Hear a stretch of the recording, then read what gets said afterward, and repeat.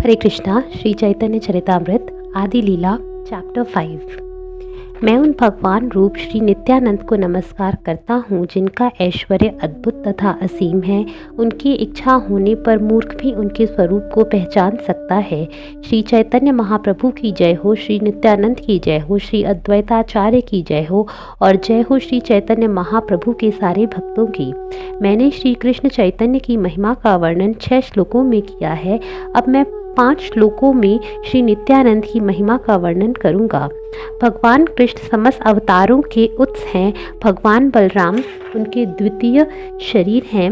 वे दोनों एक ही हैं, केवल शरीर में अंतर है। वे कृष्ण के प्रथम शरीर अंश काय व्यू हैं और कृष्ण की दिव्य लीलाओं में सहायक बनते हैं। वे ही भगवान कृष्ण नवद्वीप में चैतन्य महाप्रभु के रूप में प्रकट हुए हैं और श्री बलराम उनके साथ नित्यानंद के रूप में प्रकट हुए। वे श्री नित्यानंद राम मेरे निरंतर स्मरण के लक्ष्य बने, जिनके अंश तथा अंशांश संकर्षण शेषनाग तथा विष्णु हैं, जो क्रमशः कारण सागर, गर्भ सागर तथा क्षीर सागर में शयन करते हैं। भगवान बलराम मूल संकर्षण हैं। वे भगवान कृष्ण की सहायता करने के लिए 5 अन्य रूप धारण करते हैं। वे स्वयं भगवान कृष्ण की लीलाओं में सहायता करते हैं और 4 अन्य रूपों का सृजन कार्य भी करते हैं। वे सृष्टि कार्य में भगवान कृष्ण के आदेशों का पालन करते हैं और शेष के रूप में वे कृष्ण की अनेक प्रकार से सेवा करते हैं। वे अपने समस्त रूपों में कृष्ण की सेवा करने का दिव्य आनंद लूटते हैं। वे ही बलराम गौर सुंदर के संगी सहचर नित्यानंद हैं। मैंने इस 7वें श्लोक की व्याख्या लगातार 4 श्लोकों में की है। इन श्लोकों से सारा संसार नित्यानंद के विषय में सत्य को जान सकता है। मैं उन श्री नित्यानंद राम के चरण कमलों की शरण ग्रहण करता हूँ, जो चक्रव्यूह जिनमें वासुदेव, संकर्षण, प्रद्युम्न तथा अनिरुद्ध सम्मिलित हैं, के मध्य संकर्षण नाम से विख्यात है। वे समस्त ऐश्वर्यों से युक्त हैं और इस भौतिक जगत से बहुत दूर वैकुंठ लोक में निवास करते हैं। भौतिक प्रकृति के पार परम व्योम अर्थात आध्यात्मिक आकाश नामक धाम है। यह साक्षात कृष्ण की ही तरह समस्त दिव्य गुणों यथा 6 ऐश्वर्यों से युक्त है। वह वैकुंठ धाम सर्वव्यापी, अनंत एवं परम है। वह भगवान कृष्ण के तथा उनके अवतारों का आवास है। उस परम व्योम के सर्वोच्च भाग में कृष्णलोक नामक आध्यात्मिक लोक वैकुंठ है। इसके 3 विभाग हैं, द्वारका, मथुरा तथा गोकुल। इसमें से सर्वोच्च श्री गोकुल है, जो व्रज, गोलोक, श्वेतद्वीप तथा वृंदावन भी कहलाता है। भगवान कृष्ण के दिव्य शरीर के ही समान गोकुल सर्वव्यापी, अनंत तथा परम है। यह किसी प्रतिबंध के बिना ऊपर तथा नीचे तक फैला हुआ है। वह धाम भगवान कृष्ण की इच्छा से भौतिक जगत के भीतर प्रकट होता है। वह मूल गोकुल से अभिन्न है। ये 2 भिन्न भिन्न शरीर नहीं हैं। वहाँ की भूमि चिंतामणि की बनी है और वनों में कल्प वृक्षों की भरमार है। भौतिक आंखें इसे सामान्य स्थान के रूप में देखती हैं, किंतु ईश्वर प्रेम रूपी आंखों से मनुष्य इसकी असली पहचान उस स्थान के रूप में कर सकता है जहां भगवान कृष्ण ग्वाल बालों और गोपियों के साथ अपनी लीलाएं करते थे। मैं उन आदि पुरुष भगवान गोविंद की पूजा करता हूं, जो समस्त इच्छाओं को पूरी करने वाली गौओं को आध्यात्मिक रत्नों चिंतामणि से बने और करोड़ों कल्प वृक्षों से घिरे धाम में पालते हैं। उनकी सेवा में सदैव सैकड़ों हजारों लक्ष्मियां अत्यंत आदर एवं स्नेह से तत्पर रहती हैं। मैं अपने निज रूप को मथुरा तथा द्वारका में प्रकाशित करते हैं। वे चतुर्व्यूह रूपों में अपना विस्तार करके नाना प्रकार से लीलाओं का विलास करते हैं। वासुदेव, संकर्षण, प्रद्युम्न तथा अनिरुद्ध ये 4 मूल चतुर्व्यूह रूप हैं, जिनसे अन्य सारे चतुर्व्यूह रूप प्रकाशित होते हैं। वे सभी शुद्ध रूप से दिव्य हैं। केवल इन्हीं 3 स्थानों द्वारका, मथुरा तथा गोकुल में लीलामय भगवान कृष्ण अपनी निजी संख्यों के साथ अनंत लीलाएं करते हैं। पर व्योम के वैकुंठ लोकों में भगवान नारायण रूप में प्रकट होते हैं और नाना प्रकार से लीलाएं करते हैं। कृष्ण के निज रूप में केवल 2 भुजाएं होती हैं, किंतु उनके नारायण रूप में 4 भुजाएं रहती हैं।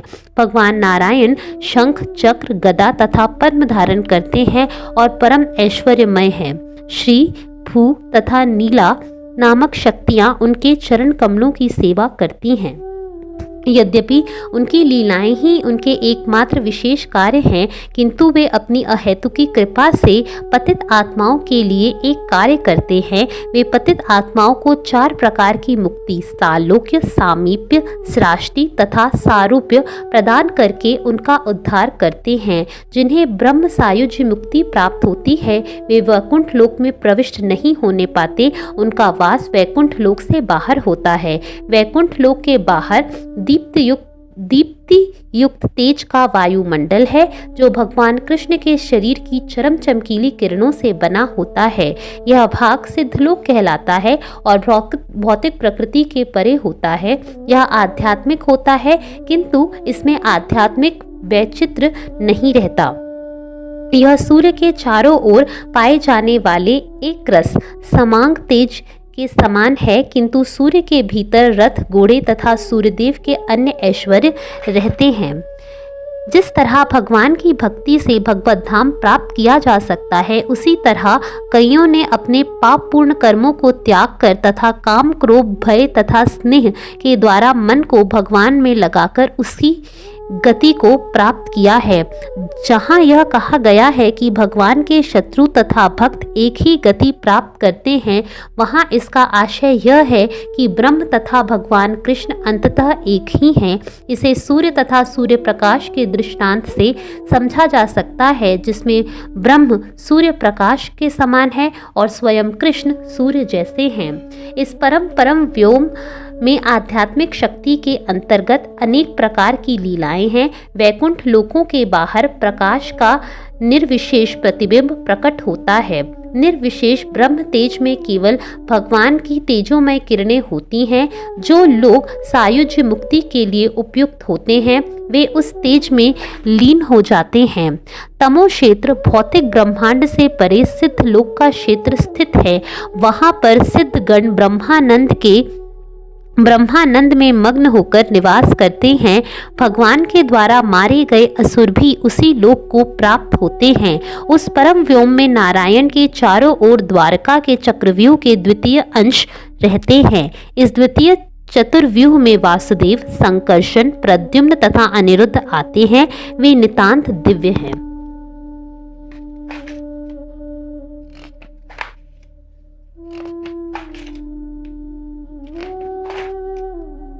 वहाँ पर बलराम का साकार स्वरूप महासंकर्षण कहलाता है, जो आध्यात्मिक शक्ति का आश्रय है। वह मूल कारण है, अर्थात समस्त कारणों का कारण है। आध्यात्मिक शक्ति की लीलाओं का एक नाम विशुद्ध सत्व है। इसमें सारे वैकुंठ धाम सम्मिलित हैं।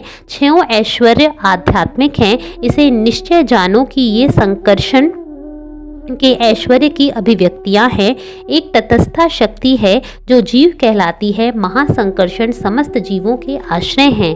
संकर्षण मूल आश्रय है। वह पुरुष है जिससे यह जगत उत्पन्न होता है और जिसमें विलीन हो जाता है। वह संकर्षण सबों का आश्रय है। वह हर प्रकार के अद्भुत है। वह हर प्रकार से अद्भुत है और उसका ऐश्वर्य अपार है। यहाँ तक कि अनंत भी उसकी महिमा का वर्णन नहीं कर सकता। वह दिव्य शुद्ध सत्य संकर्षण नित्यानंद बलराम का अंश है। मैंने 8वें श्लोक का संक्षिप्त विवेचन किया है। अब कृपा करके ध्यान पूर्वक 9वें श्लोक की व्याख्या सुने।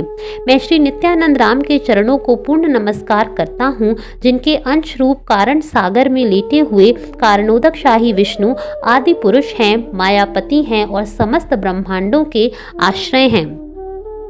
वैकुंठ लोक के बाहर निर्विशेष ब्रह्म तेज है और यह तेज कारणार्वण या कारण सागर कहलाता है। वैकुंठ के चारों ओर अपार जल राशि है जो आगाध और असीम है। वैकुंठ की पृथ्वी, जल, अग्नि, वायु तथा आकाश सभी आध्यात्मिक है। वहाँ भौतिक तत्व नहीं पाए जाते। अतएव परम कारण स्वरूप कारण सागर का जल आध्यात्मिक है। पवित्र गंगा नदी उसकी एक बूंद मात्र होकर पतित आत्माओं को शुद्ध बनाती है। उस सागर में भगवान संकर्षण का एक अंश शयन करता है। वह समस्त भौतिक शक्ति का सृजनकर्ता प्रथम पुरुष के नाम से जाना जाता है। वह समस्त ब्रह्मांडों का कारण एवं प्रथम अवतार है और माया के ऊपर अपनी दृष्टि फेरता है। माया शक्ति कारण सागर के बाहर निवास करती है। माया इसके जल को छू नहीं सकती। माया का अस्तित्व दो प्रकार का होता है। एक प्रधान या प्रकृति कहलाता है। यह भौतिक जगत की सामग्री उपादान प्रदान करता है। चूंकि प्रकृति जड़ है, अतएव यह भौतिक जगत का कारण नहीं हो सकती, लेकिन भगवान कृष्ण जड़ भौतिक प्रकृति में अपनी शक्ति संचारित करके अपनी कृपा प्रदर्शित करते हैं। इस तरह भगवान कृष्ण की शक्ति के द्वारा प्रकृति गौण कारण बन जाती है, जिस तरह लोहा अग्नि की शक्ति से लाल हो जाता है। अतएव कृष्ण इस जगत के मूल कारण है। प्रकृति तो बकरी के गले से लटकने वाली उन स्तनों की भांति है जिसमें दूध नहीं निकलता।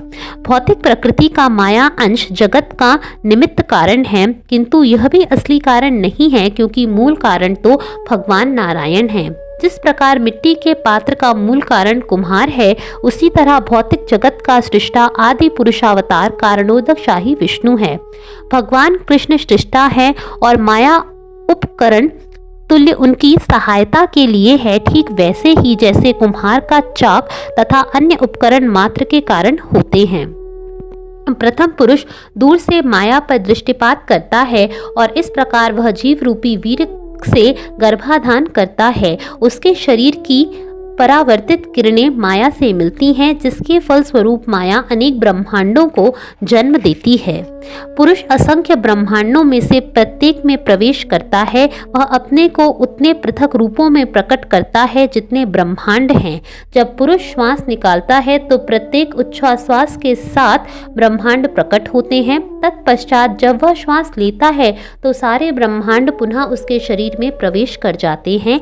जिस प्रकार धूल के छोटे छोटे कण खिड़की के छेदों से निकल जाते हैं, उसी तरह ब्रह्मांडों का समूह पुरुष की त्वचा के छेदों से होकर निकल जाते हैं। ब्रह्मा तथा अन्य लोकों के स्वामी महाविष्णु के रोम छिद्रों से उत्पन्न होते हैं और उनके एक उच्छ्वास काल तक जीवित रहते हैं। मैं आदि भगवान गोविंद की पूजा करता हूँ, क्योंकि महाविष्णु उनके अंशांश है। मैं अपने हाथ के साथ बित्ता वाला क्षुद्र प्राणी कहाँ हूँ। मैं प्रकृति, संपूर्ण भौतिक ऊर्जा, अहंकार, आकाश, वायु, जल तथा पृथ्वी से निर्मित इस ब्रह्मांड में बंधा हुआ हूँ। और आपकी महिमा क्या है। आपके शरीर से असंख्य ब्रह्मांड उसी तरह निकल रहे हैं जिस प्रकार खिड़की के छेद से धूल के कण गुजरते हैं।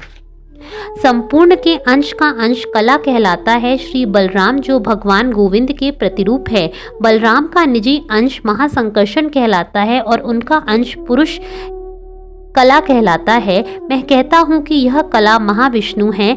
वह महापुरुष है जो अन्य पुरुषों का स्रोत है और जो सर्वव्यापी है। गर्भोदक शाही तथा क्षीरोदक शाही दोनों पुरुष कहलाते हैं। वे परम पुरुष और समस्त ब्रह्मांडों के धाम कारणोदक शाही विष्णु के अंश हैं। विष्णु के 3 रूप हैं जो पुरुष कहलाते हैं। पहला रूप महाविष्णु है जो संपूर्ण भौतिक शक्ति महत का सृष्टा है। दूसरा रूप गर्भोदक शाही है जो प्रत्येक ब्रह्मांड में स्थित रहता है। और तीसरा रूप क्षीरोदक शाही है जो हर जीव के हृदय में वास करता है। जो इन तीनों को जानता है वह माया के चंगुल से मुक्त हो जाता है। यद्यपि क्षीरोदक शाही विष्णु को कृष्ण की कला कहा जाता है, किंतु वह मत्स्य, कूर्म तथा अन्य अवतारों के उद्गम हैं। भगवान के ये सारे अवतार या तो पुरुष अवतारों के अंश हैं या अंशा अंश हैं, किंतु कृष्ण तो स्वयं भगवान हैं। वे प्रत्येक युग में जब जब संसार इंद्र के शत्रुओं से विचलित हो जाता है तो अपने विभिन्न स्वरूपों से संसार की रक्षा करते हैं। वही पुरुष क्षीरोदक शाही विष्णु सृजन, पालन और संहार करने वाला है। वह नाना अवतारों में अपने को प्रकट करता है, क्योंकि वह जगत का पालनहारा है। सृजन, पालन तथा संहार के निमित्त प्रकट होने वाले वे महापुरुष अंश अवतार कहलाते हैं। वे महापुरुष भगवान से अभिन्न हैं। वे आदि अवतार अन्य सबों का बीज तथा हर वस्तु का आश्रय है। पुरुष भगवान के आदि अवतार हैं। काल, स्वभाव, प्रकृति, कार्य कारण रूप, मन, भौतिक तत्व, मिथ्या अहंकार, गुण, इंद्रियां, विराट रूप, पूर्ण स्वतंत्रता तथा चर और अचर प्राणी अंततो गत्वा उनके ऐश्वर्य रूप में प्रकट होते हैं।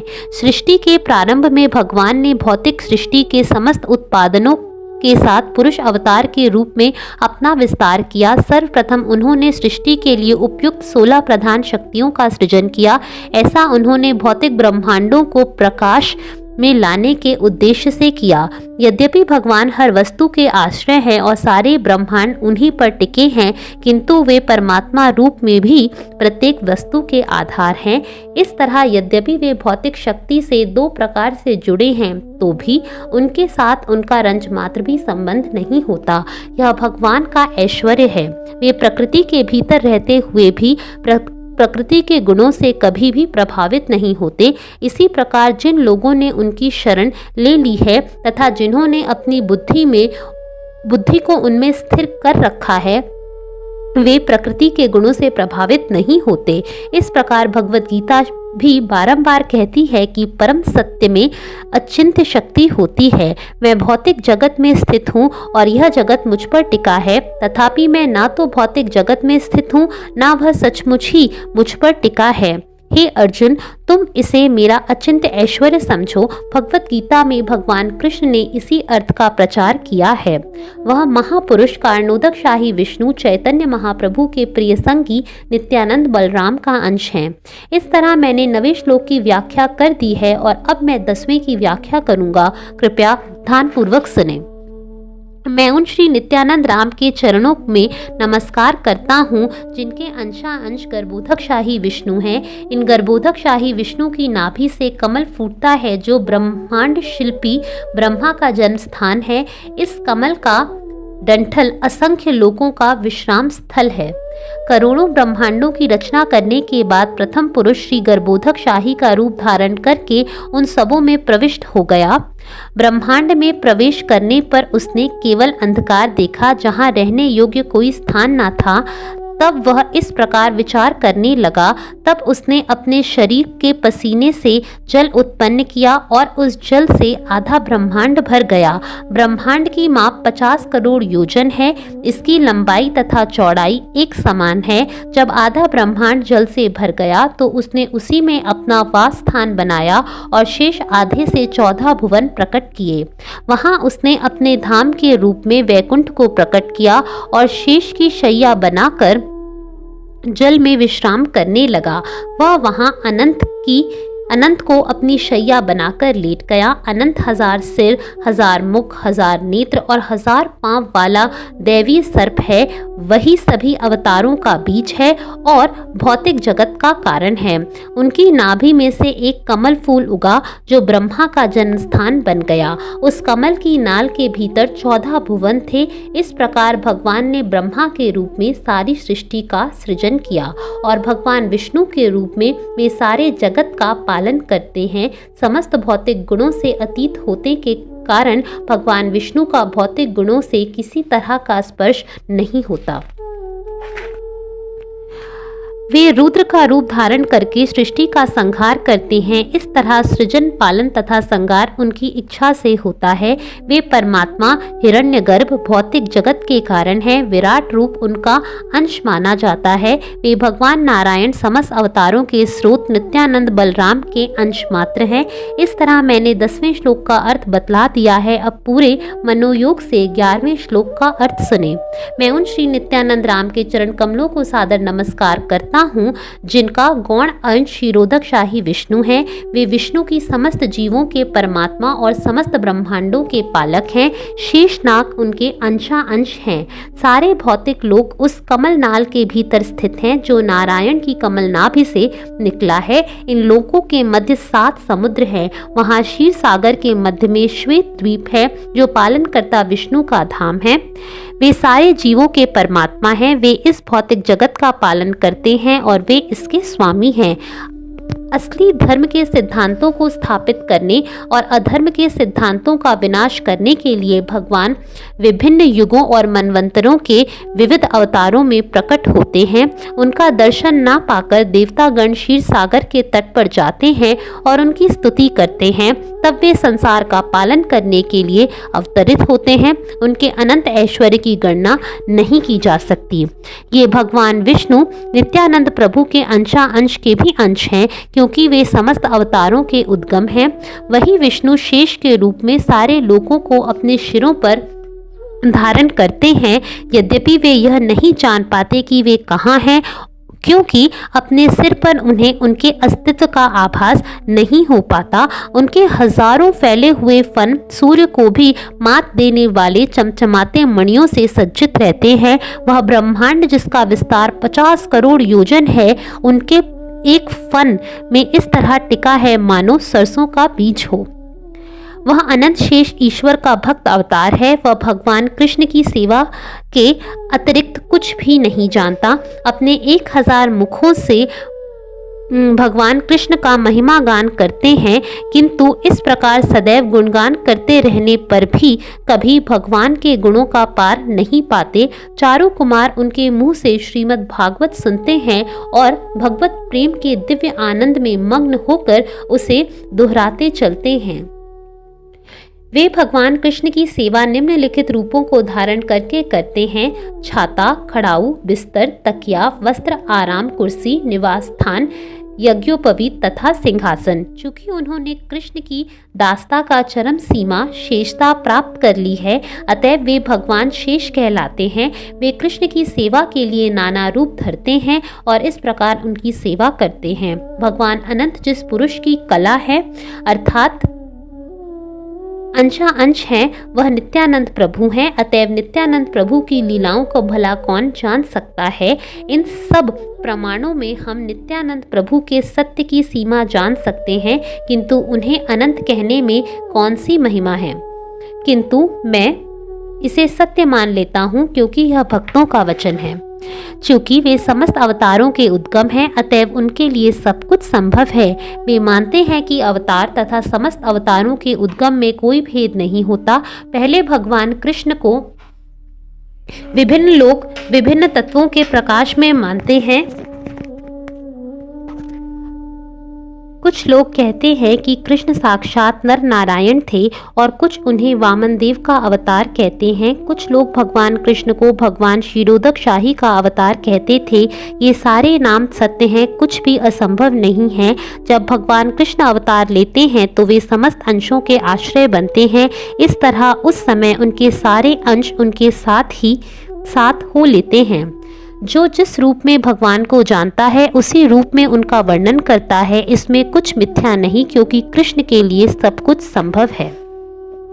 इसलिए चैतन्य महाप्रभु ने सबों को सभी अवतारों की सभी लीलाएं प्रदर्शित की हैं। इस तरह नित्यानंद के अनंत अवतार हैं। दिव्य भाव में वे अपने आप को चैतन्य महाप्रभु का दास कहते हैं। वे चैतन्य महाप्रभु की सेवा कभी अपने गुरु के रूप में तो कभी मित्र और दास के रूप में करते हैं। जिस प्रकार बलराम ने व्रज में इन 3 विभिन्न भावों में कृष्ण की सेवा के साथ खिलवाड़ किया। बलराम कृष्ण के सिर पर भिड़ाकर बैल की तरह लड़ते हैं और कभी कभी कृष्ण बलराम जी के पैर दबाते हैं। वे अपने आप को दास मानते हैं और कृष्ण को अपना स्वामी। इस प्रकार वे अपने को कृष्ण के अंश का भी अंश मानते हैं। सामान्य बालकों की तरह वे एक दूसरे से लड़ते समय सांडों की तरह नाद रहे थे और तरह तरह के पशुओं की बोलियां भी की नकल करते थे। कभी कभी जब कृष्ण के ज्येष्ठ भ्राता बलराम खेलने से थक जाते थे और अपना हाथ किसी ग्वाल बाल की गोद में डाल देते तो स्वयं भगवान कृष्ण उनके पांव दबाकर उनकी सेवा करते। यह योग शक्ति कौन है? यह कहाँ से आई है? वह देवी है या असुरनी है? वह मेरे प्रभु भगवान कृष्ण की माया शक्ति होगी, क्योंकि उसके अतिरिक्त मुझे और कौन मोहित कर सकती है। भगवान कृष्ण के लिए सिंहासन का क्या महत्व है? विभिन्न लोकों के स्वामी उनके चरण कमलों की धूल को अपने मुकुटधारी शिरों में धारण करते हैं। यह धूल तीर्थ स्थलों को पवित्र बनाती है, यहाँ तक कि ब्रह्मा, शिव, लक्ष्मी और मैं जो भी उनके अंश हैं अपने अपने सिरों पर उनकी धूल को धारण करते हैं। एकमात्र श्री कृष्ण ही परम नियंता हैं और अन्य सभी उनके सेवक हैं। वे जैसा चाहते हैं उन्हें नचाते हैं। इसी प्रकार चैतन्य महाप्रभु भी एकमात्र नियंता हैं, अन्य सभी उनके संगी या सेवक हैं। उनके गुरुजन यथा नित्यानंद, अद्वैताचार्य तथा श्रीवास ठाकुर और उनके अन्य भक्त, चाहे वे छोटे हों, समवयस्क हों या श्रेष्ठ हों, सभी उनके संगी हैं जो उनकी लीलाओं में सहायक बनते हैं। गौरांग उनकी सहायता से अपने लक्ष्यों की पूर्ति करते हैं।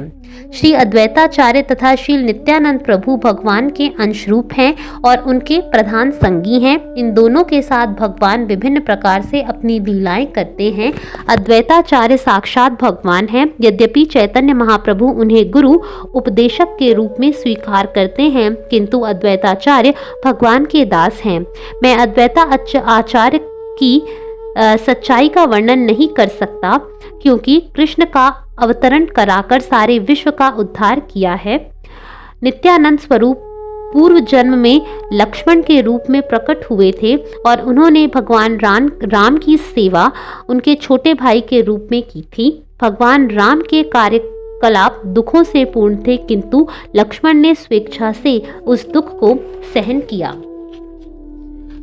छोटे भाई के रूप में वे भगवान राम को उनके संकल्प से रोक नहीं पाए, अतएव वे मौन बने रहे, भले ही मन दुखी थे।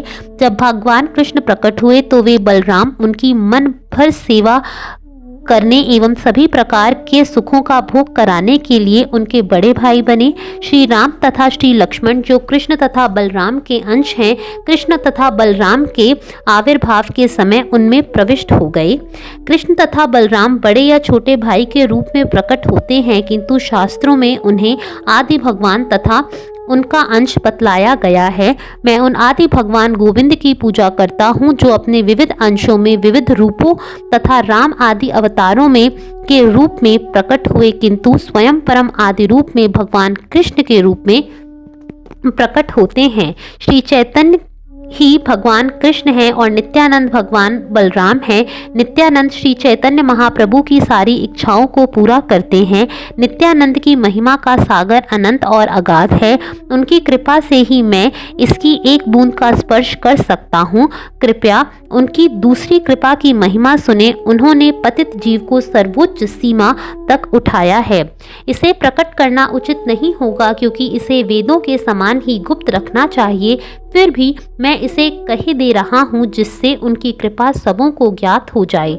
मैं नित्यानंद प्रभु मैं अत्यंत उल्लास के साथ आपकी कृपा लिख रहा हूँ। कृपा करके इस अपराध के लिए आप मुझे क्षमा कर दें। नित्यानंद प्रभु के एक नौकर था जिसका नाम श्री मीन कीर्तन रामदास था, जो प्रेम का आगार था। मेरे घर में अखंड संकीर्तन था, अतएव आमंत्रित किए जाने पर वह वहां आया। भावजन्य प्रेम में लीन वह मेरे आंगन में बैठ गया और सारे वैष्णव उसके चरणों में सिर झुकाते रहे। ईश प्रेम की प्रसन्नता में वह सभी नमस्कार करने वाले के कंधे पर चढ़ जाता। कभी वह अन्यों को अपनी बांसुरी से मार बैठता या उन्हें चपतिया देता था। जब कोई मीन कीर्तन रामदास की आंखें देखता तो उनके नेत्रों से भी हठात अश्रु बह चलते, क्योंकि मीन कीर्तन रामदास के नेत्रों से अश्रु की निरंतर धारा बहती रहती थी। कभी उनके शरीर के कुछ भागों से कदम्ब फूलों के समान आनंद की उमंगें उठती थी और कभी शरीर का एक अंग जड़ हो जाता तथा दूसरा अंग कांपने लगता था। जब भी वह नित्यानंद का नाम लेकर जोर से चिल्लाता तो उसके आसपास के लोग अत्यधिक विस्मित हो उठते थे। श्री गुणाणवर मिश्र नामक एक सम्मानित ब्राह्मण अर्चा विग्रह की सेवा करता था। जब मीनकेतन आंगन में बैठा था तो उस ब्राह्मण ने उसका आदर नहीं किया। वह यह देखकर श्री रामदास क्रुद्ध हुआ और बोला, यहाँ मैं दूसरा रोमहर्षण सूत देख रहा हूँ, जो ना तो भगवान बलराम को देखकर उठकर खड़ा हुआ, ना ही सम्मान प्रदर्शित किया। यह कहकर वह जी भरकर नाचने गाने लगा, लेकिन वह ब्राह्मण क्रुद्ध नहीं हुआ, क्योंकि तब वह भगवान कृष्ण की सेवा में लगा था। आशीर्वाद उत्सव समाप्त होने पर मीनकेतन रामदास हर एक को आशीर्वाद देकर चला गया। उस समय मेरे भाई के साथ उसकी कुछ विवाद हो गया। मेरे भाई को चैतन्य महाप्रभु में अटूट श्रद्धा थी, किंतु नित्यानंद में तनिक भी श्रद्धा न थी। यह जानकर रामदास मन ही मन खिन्न हुआ। तब मैंने अपने भाई को डांटा फटकारा। मैंने उससे कहा, ये दोनों भाई एक शरीर जैसे हैं, ये दोनों एक रूप हैं। आदि यदि तुम भगवान नित्यानंद में श्रद्धा नहीं रखते तो तुम्हारा विनाश हो जाएगा। यदि एक में तुम्हारा विश्वास है किंतु दूसरे के प्रति अनादर है, तो तुम्हारा तर्क अर्ध कुकुटी न्याय के समान है, जिससे आधी मुर्गी का तर्क स्वीकार किया जाता है। दोनों भाइयों को न मानकर नास्तिक बनना श्रेयस्कर है, ना कि एक में विश्वास करके और दूसरे को मानने का दिखावा करना। अतः श्री रामदास ने क्रोध में अपनी वंशी तोड़ डाली और उसी समय मेरे भाई का सर्वनाश हो गया। इस तरह मैंने नित्यानंद के सेवकों की शक्ति का वर्णन किया है। अब मैं उनकी कृपा की दूसरी विशेषता का वर्णन करूंगा। इस रात भगवान नित्यानंद मुझे स्वप्न में दिखाई पड़े, क्योंकि अपने भाई की भत्सना करने मैंने अच्छा कार्य किया था। नोहाटी के निकटवर्ती गांव झामटपुर में नित्यानंद प्रभु मुझे स्वप्न में दिख पड़े। उन्हें नमस्कार करके मैं उनके पांवों पर गिर पड़ा। जब उन्होंने मेरे सिर पर अपने चरण कमल रख दिए, उन्होंने मुझसे बारंबार कहा, उठो उठो। उठने पर मैं उनका सौंदर्य देखकर अत्यधिक विस्मित हुआ। उनका रंग चिकना श्यामल था। वे अपने लंबे बलिष्ठ वीर जैसे डील डॉल के कारण साक्षात कामदेव लग रहे थे। उनके हाथ, बाँह तथा पांव सुंदर ढंग से बने थे और उनकी आंखें कमल के फूलों जैसी थी। वे रेशमी वस्त्र पहने थे और उनके सिर पर रेशमी पगड़ी थी।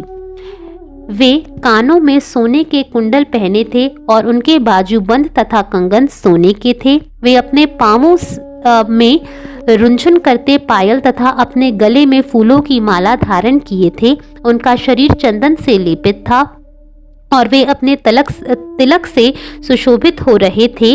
उनकी चाल मदमत हाथी को लजाने वाली थी। उनका मुखमंडल करोड़ों चंद्रमाओं से भी अधिक सुंदर था और पान खाने के कारण उनके दांत अनार के बीजों जैसे थे। उनका शरीर इधर उधर दाएं बाएं हिल रहा था, क्योंकि वे प्रेम में मग्न थे। वे गंभीर वाणी से कृष्ण कृष्ण उच्चारण कर रहे थे। उनके साथ में उनकी लाल छड़ी हिल रही थी, जिससे वे मदमत सिंह की तरह लग रहे थे। उनके चरणों के चारों ओर भौरे थे। उनके भक्त ग्वाल बालों की तरह वस्त्र धारण किए थे और उनके चरणों को अपने भौरों की तरह घेरे थे। वे प्रेमावेश में मग्न होकर कृष्ण कृष्ण उच्चारण कर रहे थे। उनमें से कुछ सिंगी तथा वंशी बजा रहे थे और शेष नाच गा रहे थे। कुछ पान खिला रहे थे और कुछ उन पर चामर डुला रहे थे। इस प्रकार मैंने श्री नित्यानंद स्वरूप का ऐश्वर्य देखा। उनके अद्भुत रूप, गुण तथा लीलाएं सब अलौकिक हैं। वे आनंद विभोर था और कुछ भी नहीं जान पा रहा था। तभी नित्यानंद हंसे और मुझसे इस प्रकार बोले, अरे कृष्णदास, तुम डरो नहीं, वृंदावन जाओ, क्योंकि वहाँ तुम्हें सब कुछ प्राप्त होगा। यह कहकर उन्होंने अपने हाथ हिलाकर मुझे वृंदावन की ओर निर्देशित किया।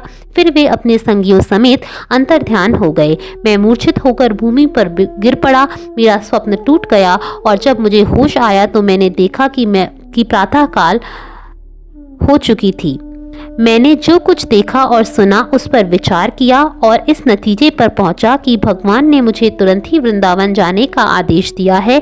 मैं उसी क्षण वृंदावन के लिए रवाना हो गया, क्योंकि उनकी कृपा से मैं बड़े सुखपूर्वक वृंदावन पहुंच गया। नित्यानंद बलराम की जय हो, जिनकी कृपा से मुझे वृंदावन के दिव्य धाम में शरण प्राप्त हुई। कृपालु नित्यानंद की जय हो, जिनकी कृपा से मैंने श्री रूप तथा श्री सनातन के चरण कमलों की शरण प्राप्त की। उनकी कृपा से मुझे श्री रघुनाथ दास गोस्वामी जैसे महापुरुष की शरण प्राप्त हुई है और उन्हीं की कृपा से मैंने श्री स्वरूप राम दामोदर का आश्रय प्राप्त किया है। सनातन गोस्वामी की कृपा से मैंने भक्ति में अंतिम निर्णय प्राप्त किए हैं और श्री रूप गोस्वामी की कृपा से मैंने भक्ति का सर्वोच्च अमृत चखा है। नित्यानंद प्रभु के चरण कमलों की जय हो, क्योंकि मैंने उनकी कृपा से श्री राधा गोविंद को प्राप्त किया है। मैं जगाई तथा मधाई से भी अधिक पापी हूँ और मल में कीट से भी तुच्छ हूँ। जो भी मेरा नाम सुनता है उसके पुण्य कर्मों के फल नष्ट हो जाते हैं और जो मेरा नाम लेता है वह पापी बन जाता है। इस जगत में नित्यानंद के बिना मुझ जैसे घृणास्पद मनुष्य को कौन अपनी दया दिखा सकता है। चूंकि वे प्रेम में मस्त रहते हैं और कृपा के अवतार हैं, अतएव वे अच्छे बुरे में भेदभाव नहीं बरतते। जो उनके समक्ष गिर पड़ता है उसका वे उद्धार कर देते हैं। अतएव उन्होंने मुझ जैसे पापी तथा पतित व्यक्ति का उद्धार कर दिया है। यद्यपि मैं पापी हूँ और अधम हूँ, फिर भी उन्होंने मुझे श्री रूप गोस्वामी के चरण कमलों का आश्रय दिलाया है। मैं भगवान मदन गोपाल तथा भगवान गोविंद के दर्शन पाने के विषय में ये सारे गोपनीय शब्द कहने के योग्य नहीं हूँ।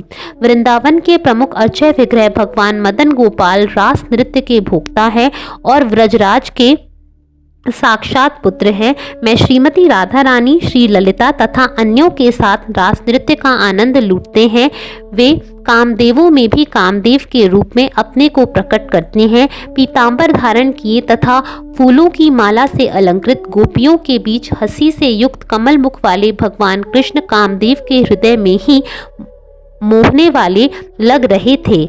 उनके दोनों ओर राधा तथा ललिता सेवा करती हैं। इस तरह उनसे युक्त वे अपनी माधुरी ये सबों के हृदयों को आकृष्ट करते हैं।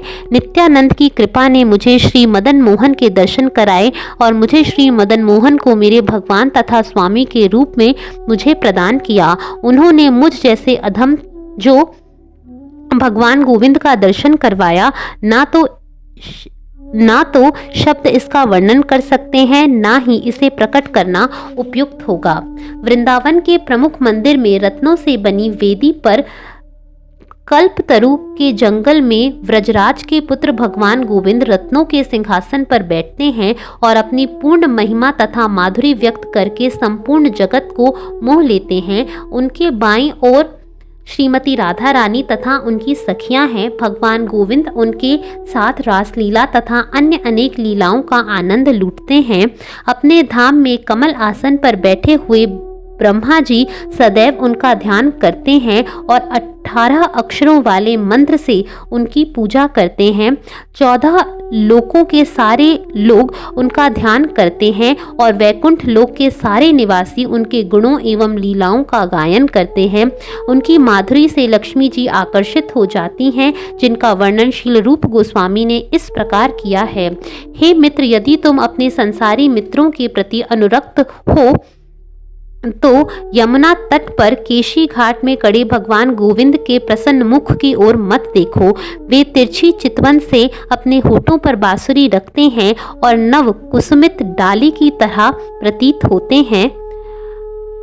उनका तीन स्थानों से टेढ़ा दिव्य शरीर चांदनी में अत्यंत चमकीला प्रतीत होता है। निसंदेह वह व्रजराज का पुत्र है। जो मूर्ख है वही उसे मूर्ति मानता है। इस अपराध के कारण वह कभी मुक्त नहीं हो सकता, उल्टे वह घोर नरक में जा पड़ेगा। इससे अधिक मैं क्या कहूँ। अतएव ऐसा कौन है जो उनके नित्यानंद के उन चरण कमलों की कृपा का वर्णन कर सके जिससे मैंने इन भगवान गोविंद की शरण प्राप्त की है। वृंदावन में रहने वाले सारे वैष्णव जन कृष्ण के परम मंगल नाम के कीर्तन में मग्न रहते हैं। भगवान चैतन्य तथा नित्यानंद उनके प्राण धन हैं, वे श्री श्री राधा कृष्ण की भक्ति के अतिरिक्त कुछ भी नहीं जानते। इस पतित आत्मा को नित्यानंद की कृपा से ही वैष्णवों के चरण कमलों की धूल और छाया प्राप्त हो सकती है। नित्यानंद ने कहा, वृंदावन में सभी वस्तुएं सुलभ हैं। मैंने उनके संक्षिप्त कथन की यहाँ विस्तृत व्याख्या की है। मैंने वृंदावन आकार यह अब सब प्राप्त किया है और यह नित्यानंद प्रभु की कृपा से संभव हो सका है। मैंने बिना किसी संकोच से अपनी निजी कहानी लिख दी है। नित्यानंद के गुण मुझे उन्मत्त बनाकर ये सब बातें लिखने के लिए बाध्य कर देते हैं। नित्यानंद के दिव्य गुणों की महिमा अगाध है, यहाँ तक कि शेष भी अपने हजारों मुखों से उनकी सीमा को नहीं पा सकते।